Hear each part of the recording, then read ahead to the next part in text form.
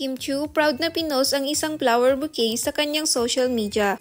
Dahil dito, marami tuloy ang naging curious sa kung sino ang nagbigay sa dalaga.